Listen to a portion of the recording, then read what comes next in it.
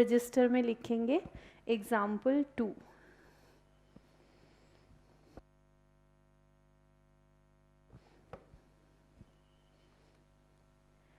A company has 3 departments.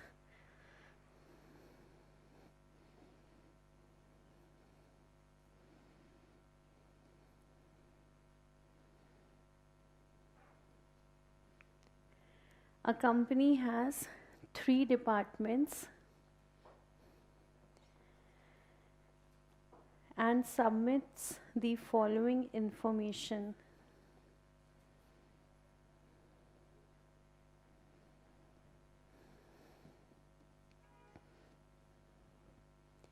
Related to year ending 31st March.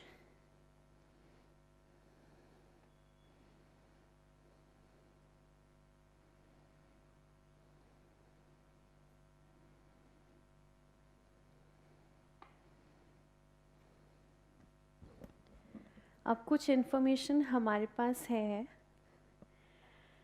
तो सबसे पहले तो पर्टिकुलर्स हैं, टेबल फॉर्मेट में लिखेंगे। फिर उसके बाद तीनों डिपार्टमेंट की इंफॉर्मेशन है, ए, बी और सी, और लास्ट में फिर है टोटल। सबसे पहले हमें बताई गई हैं परचेजेस।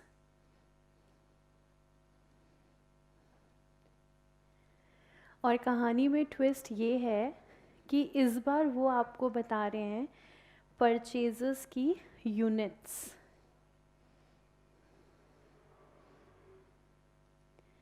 हमेशा हमें क्या पता होता है? अमाउंट। इस बार क्वेश्चन ने फॉर्मेट बदल दिया, परचेजेस अमाउंट ना बताकर हमें बता रहे हैं यूनिट्स।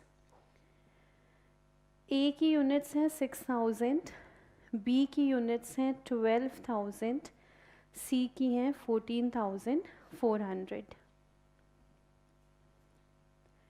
फिर इसके बाद फिर से लिखा है परचेजेस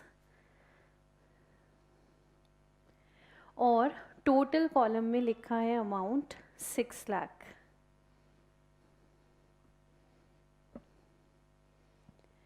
तो पहले हमारे पास हैं यूनिट्स, फिर हमारे पास हैं अमाउंट, जो टोटल गिवन है 6 लाख। फिर उसके बाद है हमारे पास सेल्स, अगेन यूनिट्स में। सेल्स गिवन है फिर से यूनिट्स में।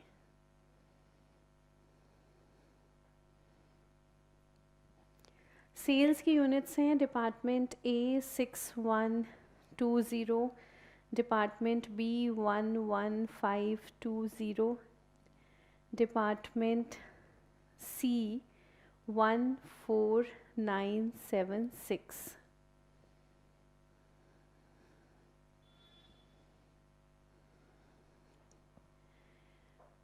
उसके बाद हमारे पास है सेलिंग प्राइस पर यूनिट।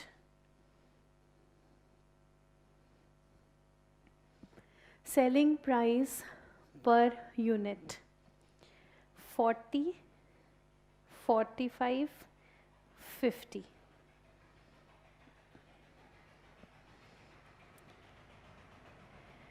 उसके बाद हमारे पास है क्लोजिंग स्टॉक, और क्वेश्चन हमारा दोस्त है, दोस्त हमारा शैतान है, और फिर से इसने हमें दे दी हैं यूनिट्स। आपके दोस्त की शैतानी है चरम सीमा पर इस क्वेश्चन के अंदर। क्लोजिंग स्टॉक फिर से दे दिया है यूनिट्स में 600, 960 and 36।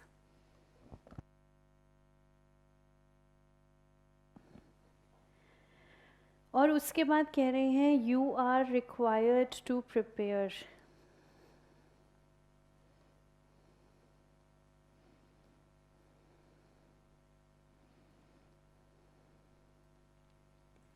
You are required to prepare departmental trading account,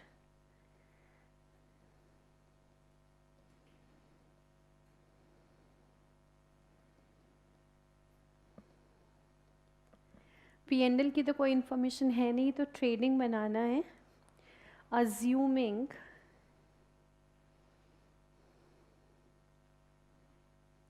assuming rate of profit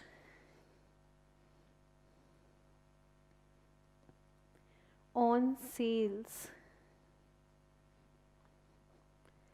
is uniform in each case.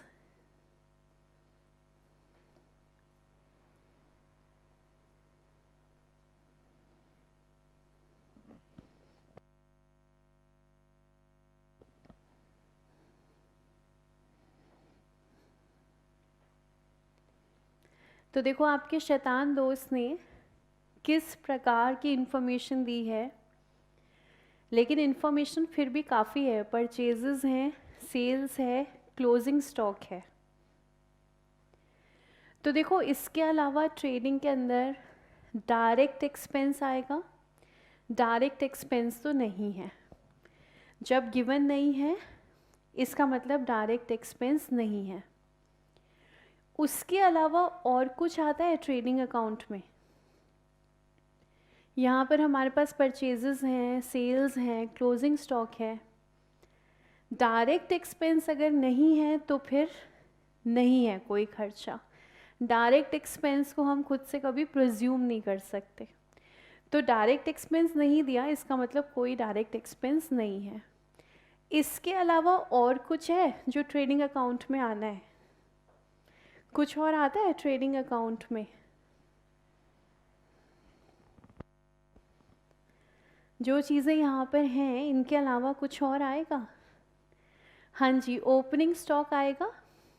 अब ओपनिंग स्टॉक से रिलेटेड दोनों बातें हो सकती हैं। हो सकता है वो निल है, या हो सकता है उसका कोई अमाउंट है जो हमें गिवन नहीं है। ट्रेडिंग अकाउंट के अंदर परचेजेस, सेल्स, क्लोजिंग स्टॉक ये तो हमें दिया ही हुआ है। इसके अलावा आते हैं डायरेक्ट एक्सपेंस। अगर नहीं दिए हुए इसका मतलब नहीं। ओपनिंग स्टॉक यहाँ इस क्वेश्चन में नहीं दिया, और इसका मतलब है कुछ भी हो सकता है निल है, या हो सकता है कोई अमाउंट हो। वो हम धीरे धीरे जब सॉल्व करेंगे तब हमें समझ में आएगा। साथ में यहाँ पर एक लाइन है, prepare departmental trading assuming rate of profit on sales is uniform in each case. Suppose मैं आपको बोलती हूँ कंपनी का जीपी 20% है। अगर मैंने आपको एक स्टेटमेंट बोला कि कंपनी का ग्रॉस प्रॉफिट 20% है, इसका क्या मतलब होता है? अगर मैं आपको बोलती हूँ कि कंपनी का जीपी 20% है और मैं आपसे पूछूँ इसका क्या मतलब है कि कंपनी का जीपी इज़ 20%, तो आप मुझे कैसे एक्सप्लेन करोगे? तो आप सीए हो, बनने वाले हो कि हो मान के चलो कि आप सीए हो, तो आपसे किसी ने पूछा कि भाई ये जीपी 20% इसका क्या मतलब होता है, तो आप उसको कैसे बताओगे कि जीपी 20% इस बात का क्या मतलब होता है? तो आप मुझे लिख कर बताओ कि अगर कोई आपसे पूछे कि जीपी इज इक्वल्स टू 20%, इसका मीनिंग क्या है, तो आप क्या बताओगे? इसका मीनिंग क्या होता है कि जीपी इज 20%? सोच रहे हैं अभी सब?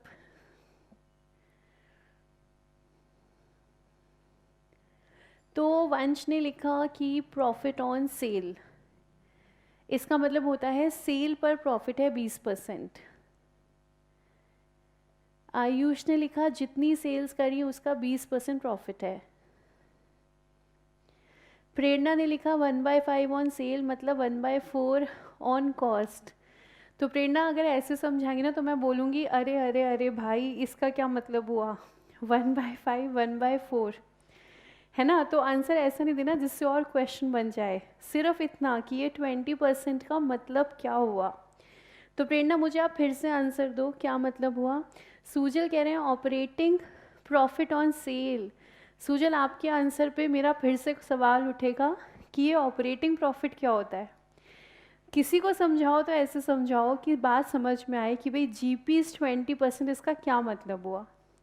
बाकी बच्चे आंसर दो, अभी सोच रहे हो। जब हम बोलते हैं जीपी इज़ 20%, इसका मतलब क्या होता है। सिंपल शब्दों में मुझे बताओ, जीपी इज़ 20%, इसका मतलब क्या हुआ। बचपन से करते आ रहे हो, जीपी रेट इतना, जीपी रेट इतना, कॉमर्स के बचपन से करते आ रहे हो 11th क्लास से। इसका मतलब क्या होता है। अगर हम बोलते हैं जीपी इज़ 20%, इसका मतलब क्या हुआ। जल्दी जल्दी बताओ।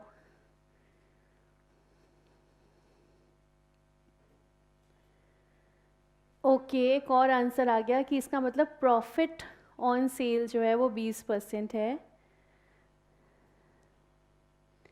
20% profit on sales, yes. Simple शब्दों में हम बोलेंगे तो इतना ही बोलेंगे हम, जीपी रेट 20% का मतलब है सेल के ऊपर हम 20% का प्रॉफिट कमाते हैं। ठीक है, जीपी रेट 20% मीन्स सेल के ऊपर 20% प्रॉफिट हम कमाते हैं। तो मैंने आपसे पूछा, अच्छा बताओ जनवरी में जो सेल्स करोगे इसका मतलब उस पर भी 20% कमाओगे, तो आपका क्या क्या आंसर होगा। कंपनी ने बोला जीपी रेट 20% है, मैंने कहा अच्छा इसका मतलब जनवरी के महीने में जो सेल हुई उस पर भी 20% कमाओगे, बोलो हाँ कि ना। यस। फिर मैंने कहा अच्छा जो सेल मेरी मई में हुई, जून में हुई, उस पर भी 20% कमाएंगे, तो क्या आंसर है, यस कि नो। यस।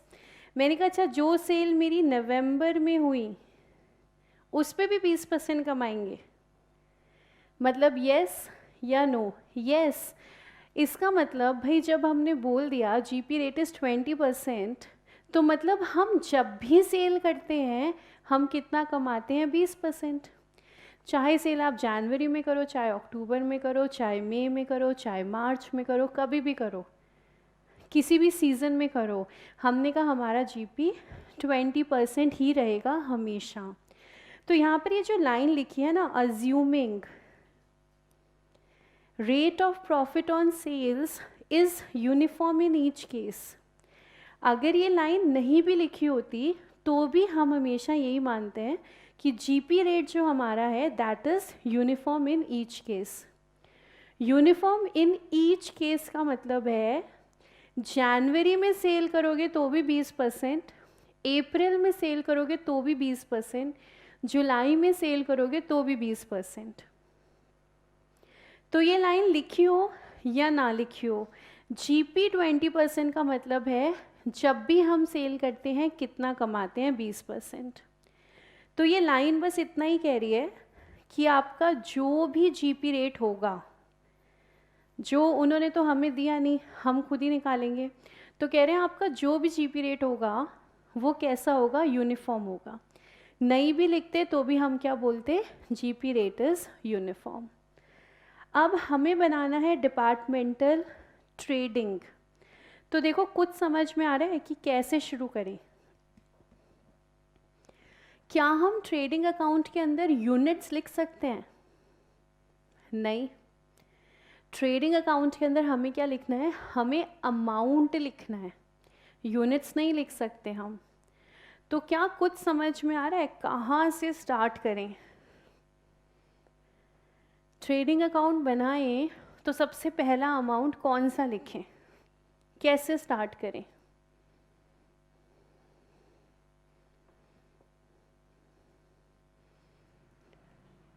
पुनीत कह रहा है मैम वर्किंग नोट से स्टार्ट करते हैं, वेरी गुड, बहुत बढ़िया। और कुछ, कहाँ से कैसे हम स्टार्ट करें। आयुष कह रहा है परचेज प्राइस पर यूनिट है, कहाँ है, ही नहीं हमारे पास।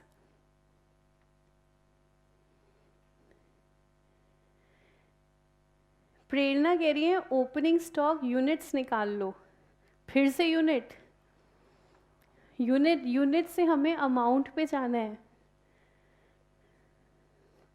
शीतल कह रही है मैम सेल से स्टार्ट कर देते हैं, वेरी गुड। सेल्स का अमाउंट हमें मिल जाएगा कि नहीं मिल जाएगा, बताना। सेल्स का मिल जाएगा ना हमें, सेल इनटू में सेलिंग प्राइस। तो वेरी गुड शीतल, सेल से स्टार्ट कर सकते हैं, ये अमाउंट तो हमें मिल जाएगा। और कुछ? तो भाई इतना समझ में आया, देखो सेल का अमाउंट तो मिला हुआ है, सेल यूनिट्स इनटू में सेलिंग प्राइस पर यूनिट। तो इतना लिख देते हैं, धीरे धीरे लिखेंगे, धीरे धीरे क्वेश्चन खुलता जाएगा। तो सबसे पहले फॉर्मेट बनाते हैं, और सेल्स तो हम लिख ही सकते हैं, तो इतना तो हम पोस्ट करते हैं, फिर आगे सोचेंगे कैसे करें।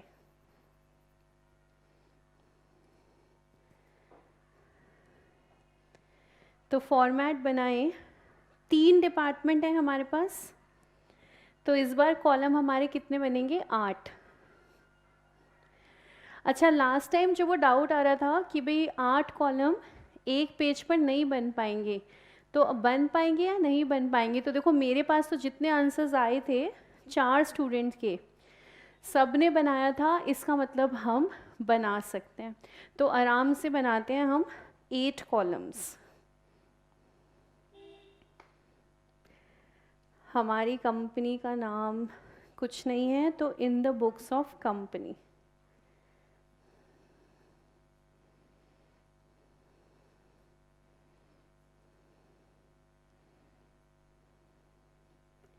इन दी बुक्स ऑफ कंपनी बनाएंगे हम डिपार्टमेंटल ट्रेडिंग P&L। सेल्स हमें समझ में आ रहा है कि पोस्ट कर सकते हैं, सेल्स तक तो समझ में आ गया, आगे सोचना पड़ेगा कि क्या करें। तो बनाते हैं, सेल्स आप पोस्ट करो और फिर आगे सोचो इसको कैसे सॉल्व करें।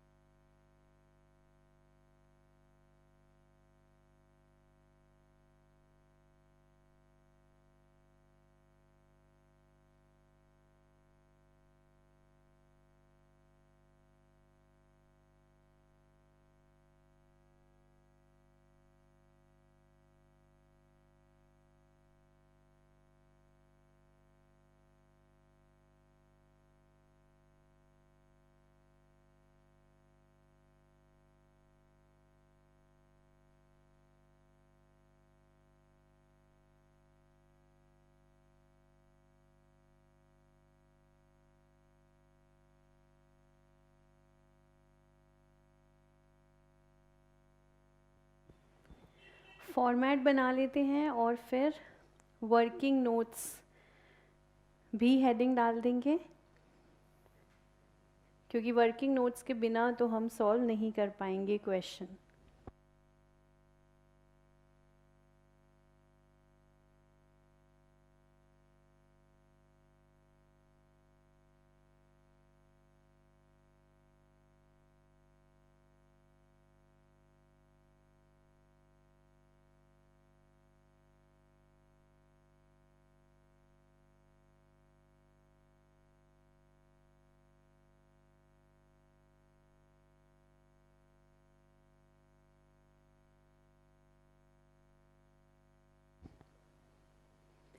सेल्स हमें समझ में आ गया है, सेल्स पोस्ट कर देते हैं।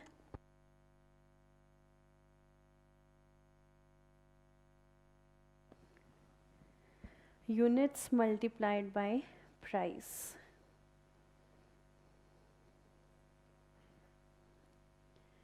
तो पोस्ट कर लीजिए सेल्स का अमाउंट। तो यहाँ पर हम अलग से वर्किंग नोट ना बनाना चाहें तो एक ऑप्शन ये भी है, यहीं पर लिख सकते हो, नहीं तो फिर वर्किंग नोट में दिखाना पड़ेगा, मर्ज़ी है कैसे भी कर सकते हो। तो मैं यहीं पर लिख रही हूँ यूनिट्स इनटू में प्राइस।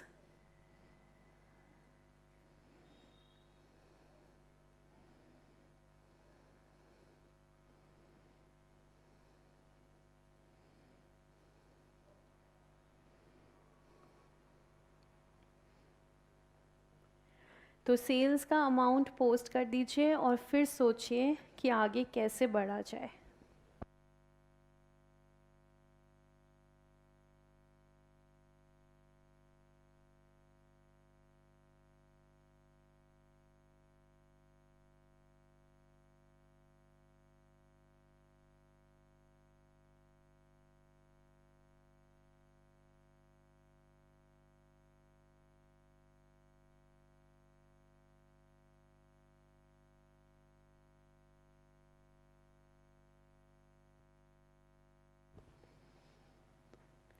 तो इसके बाद देखो, सोचो कि आगे हम कैसे बढ़ें। यहाँ पर वैसे तो आएगा ओपनिंग स्टॉक, हमें अभी कुछ नहीं पता, नील है या कोई अमाउंट है। फिर हमें डालनी है परचेजेस, तीनों डिपार्टमेंट्स की हमें अलग अलग डालनी है, पर हमारे पास सिर्फ यूनिट्स हैं, अमाउंट नहीं है। डायरेक्ट एक्सपेंस नहीं दिया इसका मतलब नहीं है। फिर इसके बाद आ जाएगा क्लोजिंग स्टॉक,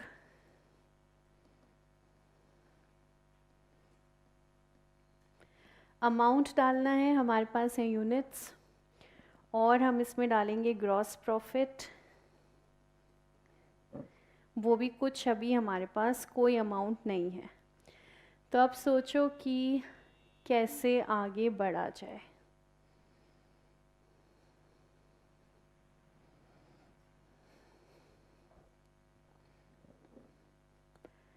प्रेरणा कह रही है मैम ओपनिंग स्टॉक की यूनिट्स निकालेंगे, यूनिट से कोई पर्पस सर्व नहीं होगा, हमें तो अब कोई अमाउंट चाहिए।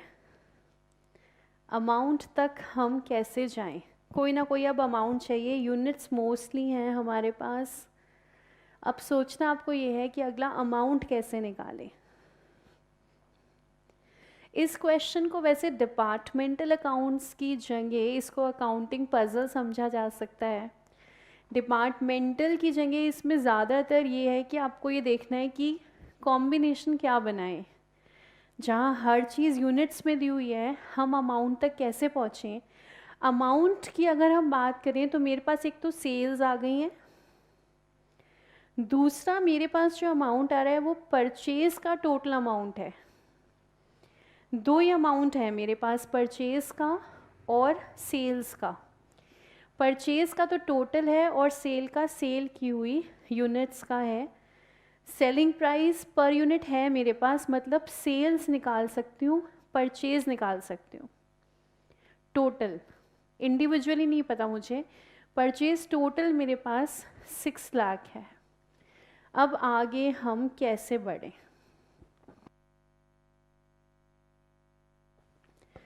पुनीत कह रहे हैं कि ma'am selling price per unit में से अगर हम जीपी पर यूनिट माइनस कर दें तो हमें परचेज प्राइस मिल जाएगा।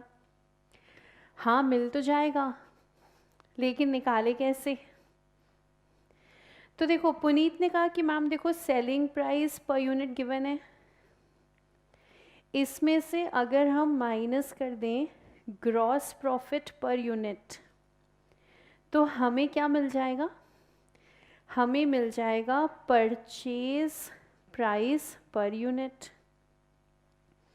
बात तो ठीक है, सेल में से जीपी हटाएंगे तो हमें कॉस्ट मिल जाएगी, लेकिन क्या मेरे पास जीपी पर यूनिट है? अब जीपी पर यूनिट तो है नहीं, तो कैसे करें? Purchase divided by total units purchased, इससे तो कुछ नहीं निकलेगा, जीपी तो नहीं निकलेगा, ये तो नहीं हो सकता। तो मैम जीपी रेशियो निकाल लेते हैं, वही तो हम कह रहे हैं कैसे निकालें, कैसे निकालें जीपी।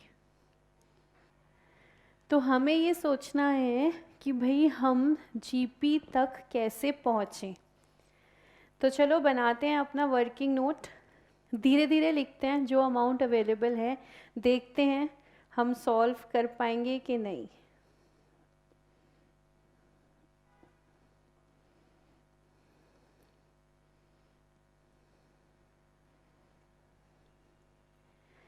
वर्किंग नोट बनाते हैं डिपार्टमेंट ए, बी और सी।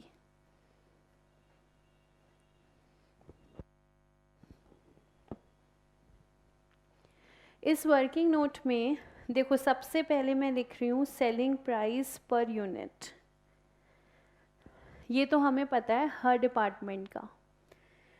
सेलिंग प्राइस पर यूनिट हमारे पास है 40, 45, 50।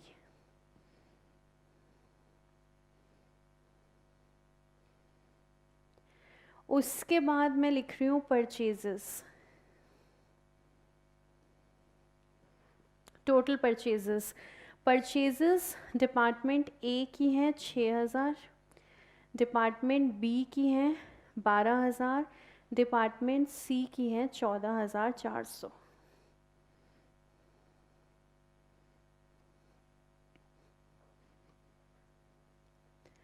अब देखो हमारे पास टोटल परचेजेस दी हुई हैं 6 लाख, ठीक है। टोटल परचेजेस मेरे पास 6 लाख हैं और डायरेक्ट एक्सपेंस हमारा कोई भी नहीं है। अल्टीमेटली मेरी कॉस्ट क्या होती है, परचेज का खर्चा और डायरेक्ट एक्सपेंस। डायरेक्ट एक्सपेंस हमारा है ही नहीं, परचेज का टोटल खर्चा दिया हुआ है 6 लाख रुपए, ठीक है। हमारे पास है टोटल परचेजेस,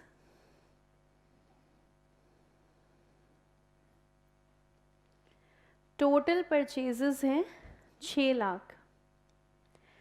अगर मैं आपसे पूछूं कि क्या आप मुझे वो अमाउंट बता सकते हो कि अगर ये सारी की सारी यूनिट सेल हो जाती तो टोटल सेल्स कितना आता, क्या आप ये अमाउंट निकाल सकते हो?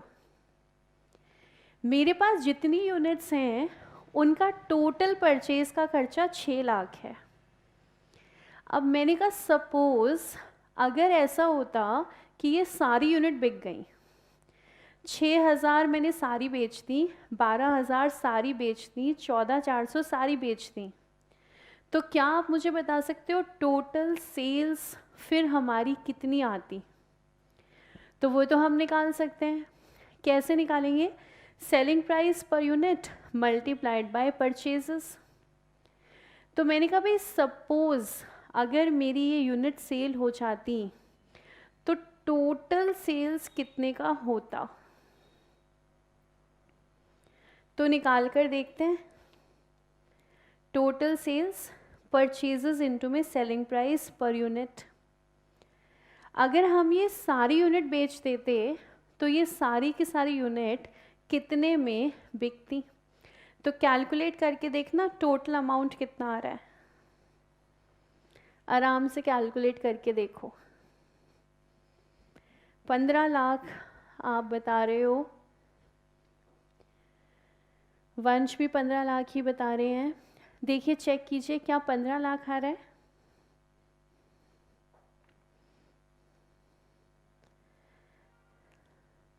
तो एक की अगर हम सारी यूनिट बेच देते तो ये बिक जाती 240 में, बी की यूनिट्स बिक जाती 540 में, ओके, और सी की यूनिट्स 720।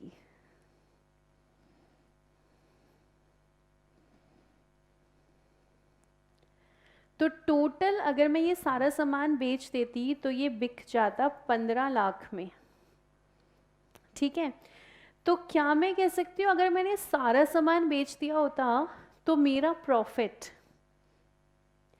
अगर मैंने सारा सामान बेच दिया होता 15 लाख रुपए में तो मेरा प्रॉफिट कितना हुआ होता, क्या आप निकाल के बता सकते हो? अगर मैंने ये सारी यूनिट सेल कर दी होती तो मेरा प्रॉफिट कितना होता, कैसे निकालें? तो आपने निकाल लिया, आपने कहा मैम प्रॉफिट 9 लाख होता। अगर ये सब यूनिट हम बेच देते तो ये हमारी टोटल सेल्स 15 लाख। ये जो सामान मैं बेचती इसकी टोटल कॉस्ट कितनी है? 6 लाख ही आ रही है। दोनों को माइनस कर दो, प्रॉफिट आ गया 9 लाख। अगर मैं आपसे कहूँ यहाँ से हम रेशो निकालें, यहाँ से अगर हमें रेशो निकालनी है तो क्या हम निकाल सकते हैं? जीपी रेशो, क्या ये रेशो हम निकाल पाएंगे? अब तो रेशो निकल जाएगी। हमने कहा अगर सारी यूनिट बेच देते, अगर सारी यूनिट बेच देते तो प्रॉफिट होता 9 लाख का, और सेल कितने की थी? सेल थी 15 लाख की, तो इनटू में 100। ये क्या आ जाता है, ये आ जाता है हमारा जीपी रेशो। तो देखो कितना रेशो आ रहा है, 60% आप बता रहे हो, 60% रेशो हमारा आ रहा है। तो क्या मैं कह सकती हूँ जो प्रॉफिट मुझे टोटल सेल्स पर होता वही प्रॉफिट मुझे अभी भी हुआ होगा ना। Profit is uniform in each case. आप आधा सामान बेचो, 70% सामान बेचो, 80% सामान बेचो, सारा बेचो, कुछ मत बेचो, जीपी रेशो कितना रहेगा, 60% रहेगा। देखो बात क्लियर है या नहीं, यहाँ तक कोई डाउट? हमने कहा अगर हम सारा सामान बेच देते तो सारा सामान बिक जाता 15 लाख में। 15 लाख के सामान की टोटल कॉस्ट है 6 लाख, यानी कि इस पे प्रॉफिट होता 9 लाख। अगर प्रॉफिट 9 लाख होता तो जीपी रेशो कितना आता, 60%। फिलहाल मैंने सारा सामान नहीं बेचा, लेकिन जितना भी बेचा है जीपी रेशो तो मेरा सेम ही होगा। तो वो जो सामान मैंने बेचा उस पर जीपी कितना आ रहा है, 60% है हमारा जीपी रेशो। यहाँ तक ठीक? तो अगर मेरा जीपी रेशो 60% है तो अब तो मैं निकाल सकती हूँ cost price per unit. Selling price per unit given है, सब में से जीपी माइनस कर दो तो मुझे क्या मिल जाएगा, कॉस्ट प्राइस पर यूनिट। एक बार कॉस्ट प्राइस मिल गया फिर तो हम आगे सॉल्व कर ही सकते हैं। तो पहले देखो जीपी रेशो 60%, यहाँ तक किसी को कोई डाउट? यहाँ तक कोई डाउट नहीं है, फिर आगे चलते हैं हम। ये हमारा फर्स्ट वर्किंग नोट है जहाँ से हमने जीपी रेशो निकाला है। अब बनाएंगे हम सेकंड वर्किंग नोट। 3 डिपार्टमेंट हमारे ए, बी और सी, तीनों का लिखते हैं सेलिंग प्राइस पर यूनिट 40, 45, 50।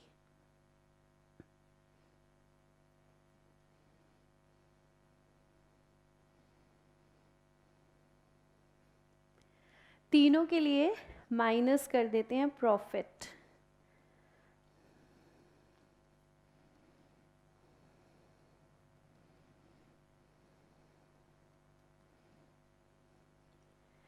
हर सेलिंग प्राइस का 60% माइनस कर देते हैं, हमें मिल जाएगी कॉस्ट पर यूनिट। देखिए आराम से कैलकुलेट कीजिए, बताइए कितनी कॉस्ट आ रही है। और सूजल ने तो आंसर दे भी दिया, सूजल ने निकाल ही लिया है। कॉस्ट बताई है 16, 18 और 20। देखिए आराम से चेक कीजिए क्या यही आ रही है।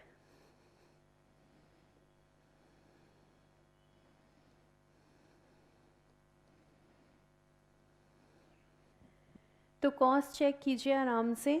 एक बार कॉस्ट आ जाएगी तो फिर हम परचेजेस निकालेंगे सबसे पहले।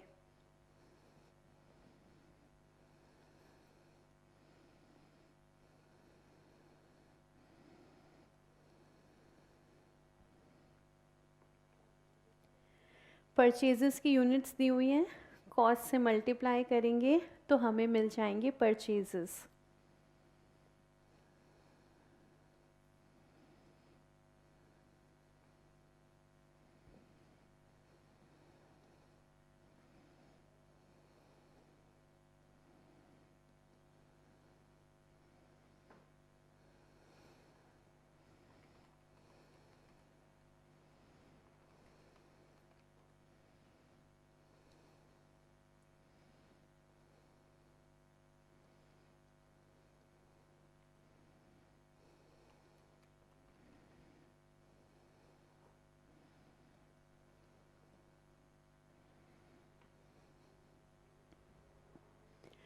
तो देखिए परचेजेस का अमाउंट 96,000, 2,16,000, 288,000।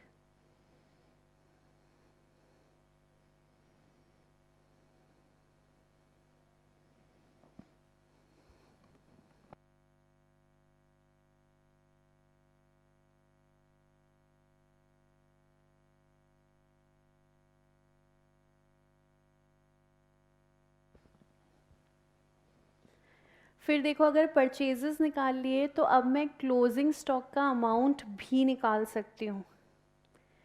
इसी वर्किंग नोट में निकाल लेंगे। क्लोजिंग स्टॉक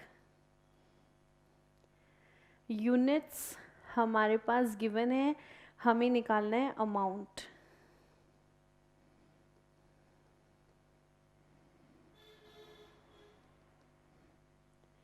क्लोजिंग स्टॉक को किस पे वैल्यू करते हैं हम? AS2 हम कर चुके हैं, हमें अच्छे से पता है कॉस्ट पे वैल्यू करते हैं। तो देखो कॉस्ट हम निकाल चुके हैं 16, 18, 20। क्लोजिंग स्टॉक की यूनिट्स हमारे पास हैं, तो दोनों को मल्टीप्लाई करेंगे, अमाउंट आ जाएगा। चेक कर लेते हैं कितना आ रहा है।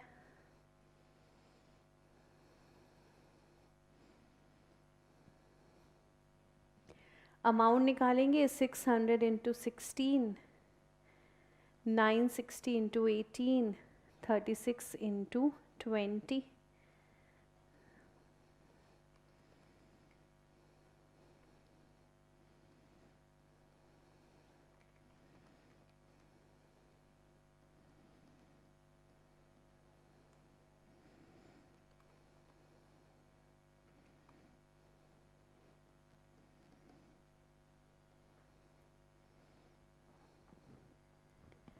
देखो चेक करो, परचेजेस का अमाउंट, क्लोजिंग स्टॉक का अमाउंट। परचेजेस का अमाउंट निकाला, क्लोजिंग स्टॉक का अमाउंट निकाला, उसके बाद देखो जीपी भी निकाल सकते हैं हम हर डिपार्टमेंट का।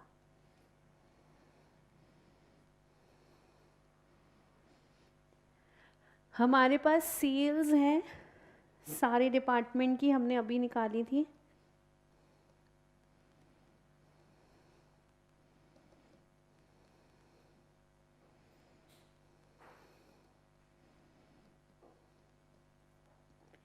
जीपी निकालना है हर डिपार्टमेंट का, 60% के रेट पर निकलेगा।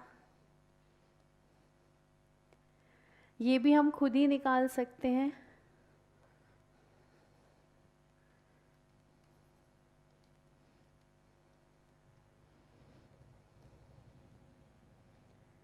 ये 36 इंटू 20, दिस इज 720।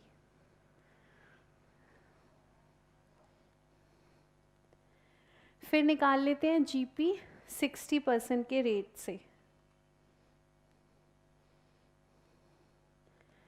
तो डिपार्टमेंट सी 146880, डिपार्टमेंट बी 311040,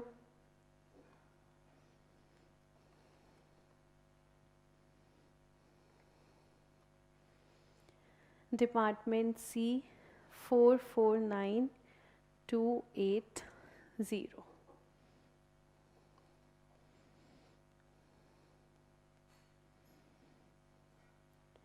तो देखो सेल्स हम पोस्ट कर चुके हैं, परचेजेस हमने निकाल ली, क्लोजिंग स्टॉक हमने निकाल लिया, जीपी हमने निकाल लिया। अब देखो ओपनिंग स्टॉक,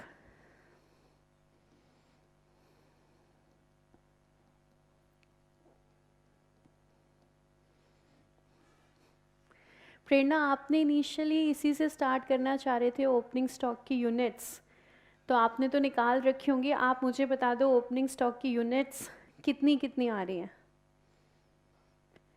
किस डिपार्टमेंट का कितना ओपनिंग स्टॉक आ रहा है।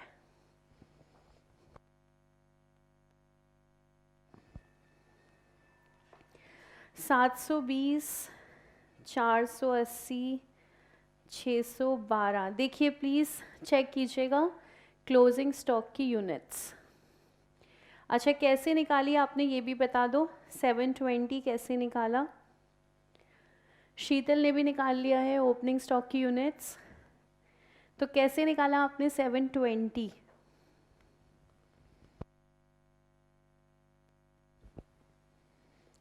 कैसे कैलकुलेट करें 720 यूनिट्स?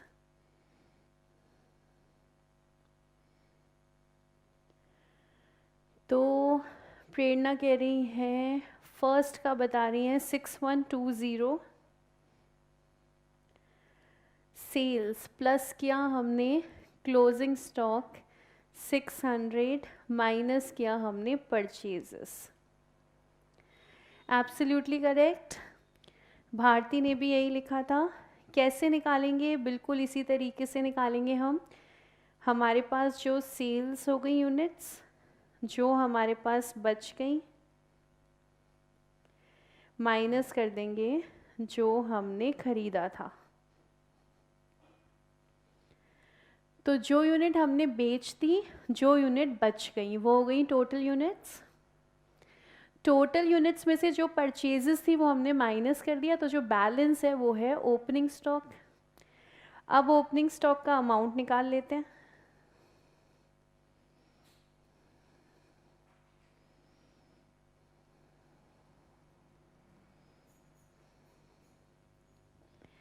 ओपनिंग स्टॉक का अमाउंट, क्योंकि कॉस्ट है हमारे पास, ओपनिंग या क्लोजिंग दोनों स्टॉक को कॉस्ट पर ही वैल्यू करना है। तो इनटू में 16, उसके बाद 480 इनटू में 18, उसके बाद 612 इनटू में 20।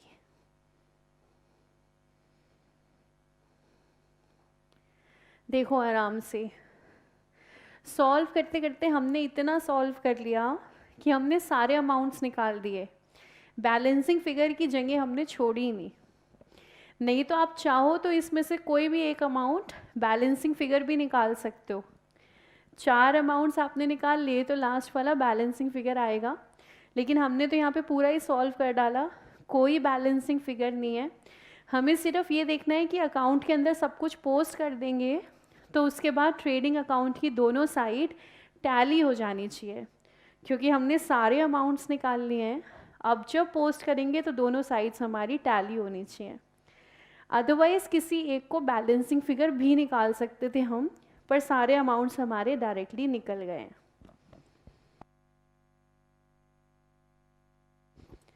मैम ये तो बिना ट्रेडिंग अकाउंट बनाए ही सॉल्व हो गया। बिल्कुल सारे अमाउंट्स हमने निकाल लिए, अब तो सिर्फ हमें ट्रेडिंग के अंदर पोस्ट करना है। तो देखिए अमाउंट्स निकाल लीजिए, कोई डाउट आ रहा है तो पूछिए, नहीं तो फिर पोस्ट कर दीजिए ट्रेडिंग अकाउंट में।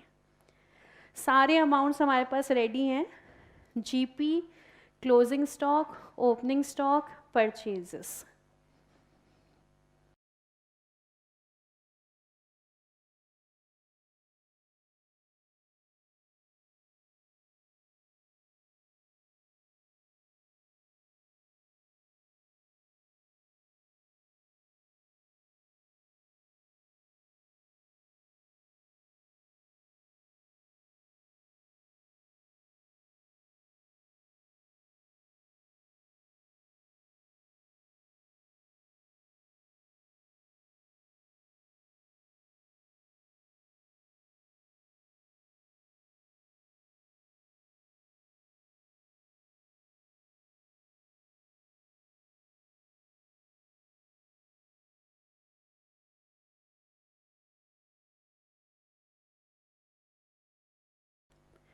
ठीक है, पोस्ट कर दें फिर ट्रेडिंग अकाउंट में, तो पोस्ट कर देते हैं। अगर आप में से कोई अभी देख रहा हो तो आप बता दीजिएगा। सारे अमाउंट पोस्ट कर देते हैं, सबका वर्किंग नोट नंबर 2 रहेगा।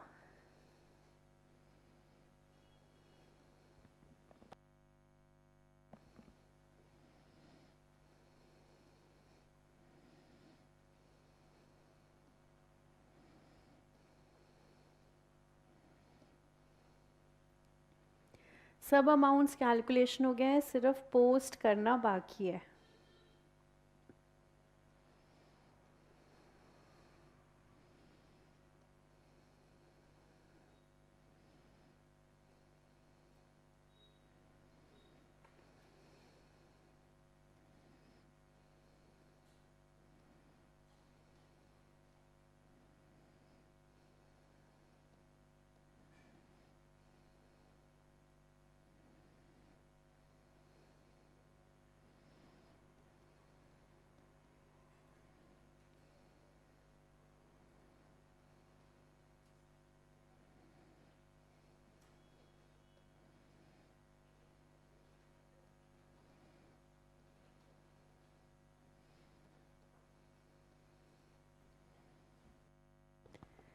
देखिए प्लीज़ आराम से पोस्ट कीजिए, यहाँ तक कोई डाउट है तो पूछिए।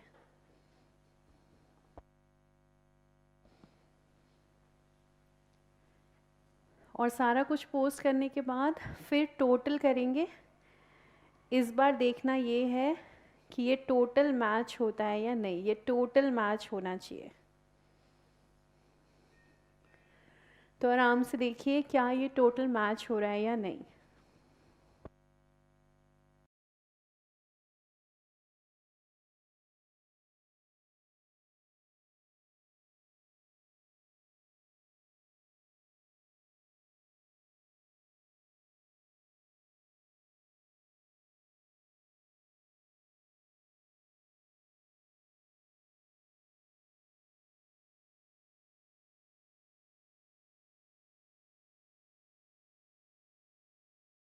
भारती और शीतल कह रही है मैच हो गया है। भारती और शीतल ने अपनी पोजीशन बना के रखी है।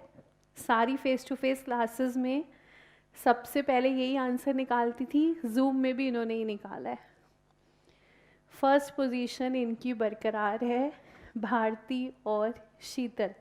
देखिए भाई, और देखिए मैच हुआ या नहीं। प्रेरणा कह रही है मैच हो गया, सूजल कह रहे हैं मैच हो गया। तो टोटल प्रेरणा ने बताया है डिपार्टमेंट ए 254 400, देन 535 680, देन 749 520। देखिए प्लीज़, आयुष कह रहे हैं मैम ऑनलाइन चॉकलेट दे दो आप इन्हें। देखो ये है चॉकलेट, ये मैंने आपको दे दी, ठीक है। आयुष ने कहा था झूठी मूठी चॉकलेट दे दो, मैंने आप दोनों को झूठी मूठी चॉकलेट दे दी। देखिए प्लीज़ टोटल चेक कर लीजिएगा।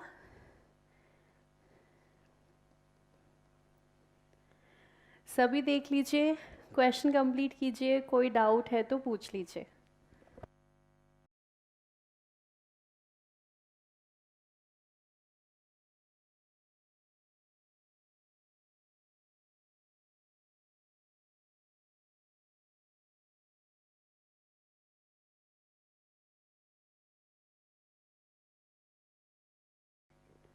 तो बताइए क्या क्वेश्चन आपने कर लिया है या कोई अभी कर रहा है?